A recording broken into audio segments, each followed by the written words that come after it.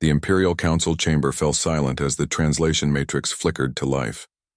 Across the holographic display, two humans sat calmly in their primitive vessel, seemingly unaware that they had just crossed into the most heavily fortified border in the Galactic Empire.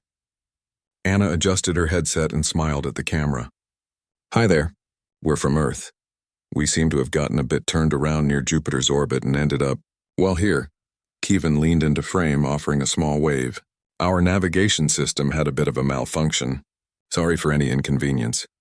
Grand Admiral Thexler's scales rippled with confusion.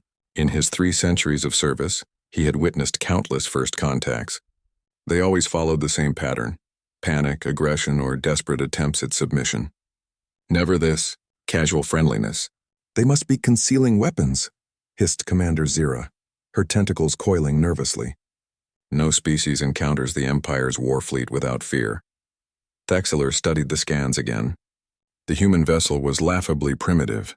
Fusion engines that belonged in a museum, hull plating that wouldn't withstand a single plasma bolt, and life support systems held together with what the translator could only render as duct tape and prayers. "Human vessel," Thexler transmitted, his voice carrying the weight of Imperial authority.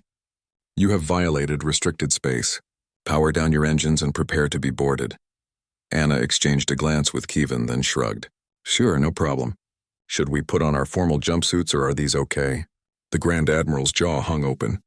Were they joking? In the face of 200 warships? An hour later, Anna and Kevin sat across from the Imperial Council, sipping what they politely described as interesting tea. The council members maintained their positions at the far end of the chamber, unwilling to approach too closely. "Let me understand this correctly," Councillor Veshikara said, her crystalline form refracting nervous light patterns. "Your species developed faster than light travel by accident?" "Well, accident is a strong word," Kevin replied, setting down his cup. "More like aggressive experimentation with theoretical physics. We were trying to reach Mars faster and ended up creating a stable wormhole instead." "And your government approved this?" demanded Thexler. Anna laughed, a sound that made several councillors flinch. "Government? They found out about our test flight when we sent them a postcard from Proxima Centauri. They were pretty mad about the unauthorized launch, actually." "You defied your planetary authority?" Veshkara's voice pitched higher. "I mean, we filled out the paperwork," Kevin said reasonably. "It just took them 6 months to process it and we weren't going to wait around." Silence filled the chamber. The concept was incomprehensible. Individuals acting without collective authorization, creating world-changing technology in what amounted to a garage. It violated every principle of galactic civilization. "Tell me," Thexler said slowly, "what is your military strength?" "Military?" Anna looked confused. "We don't have one. Well, Earth does, but Kevin and I are civilian researchers." "Then who authorized your contact with alien species?" "I guess, we did." Kevin offered. "I mean, the university said we could use the lab equipment on weekends." The Grand Admiral rose from his seat, his full 2-meter height meant to intimidate. "You represent no government? No military authority? You simply decided to explore the galaxy on your own?" "Yeah, pretty much," Anna confirmed. "Is that weird?" It was more than weird. It was terrifying. For millennia, the Empire had maintained order through predictable patterns. Governments controlled their populations. Military strength determined hierarchy. Individual initiative was channeled through proper bureaucratic systems. But these humans operated outside all frameworks. "What is your homeworld's response protocol if we were to, hypothetically, consider you hostile?" Veshkara asked carefully. Anna considered this. Well, they'd probably be annoyed we started an interstellar incident.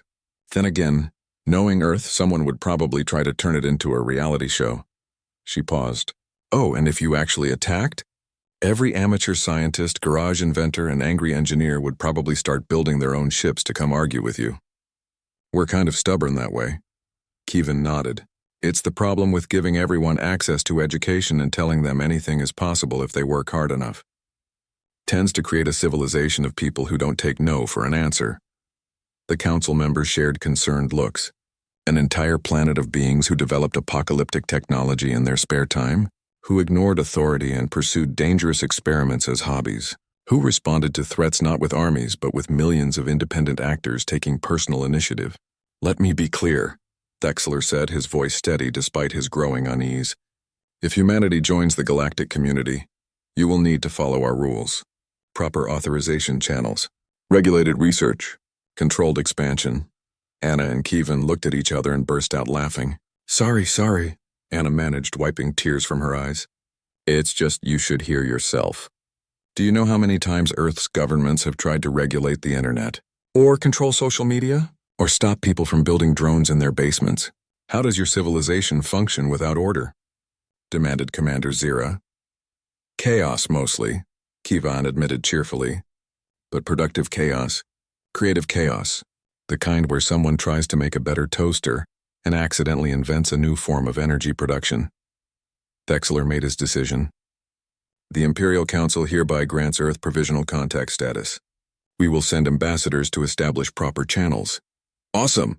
Anna stood and extended her hand. After a moment of confusion, Thexler carefully touched it, the human greeting called a handshake. Fair warning, though, Kevin added as they headed to the door. When your ambassadors arrive, they should probably brace themselves. If Earth finds out there's a whole galaxy out here, you're going to have about 8 billion humans who decide space exploration sounds like a fun weekend project.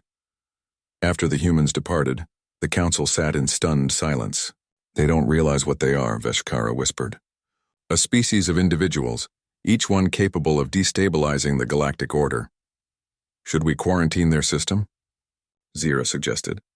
Thexler shook his head slowly. It wouldn't matter. They'd find a way out eventually. They always do. He looked at the empty doorway where the humans had stood, so calm, so friendly, so absolutely terrifying in their casual competence. No, he decided. We prepare, and we hope that when humanity truly arrives, they remain as friendly as they are today. In the depths of space, Anna piloted their small ship back toward Earth while Kevin worked on the navigation system. Think we scared them? Anna asked. Kevin grinned. Absolutely. But hey, at least we made some new friends. Should we tell them about quantum computing? Or the Mars terraforming project? Let's save some surprises for later. And with that, the two humans disappeared back into the void, leaving the Galactic Empire to contemplate a future where humanity's greatest weapon wasn't violence, but an unshakable calm in the face of the impossible, the end.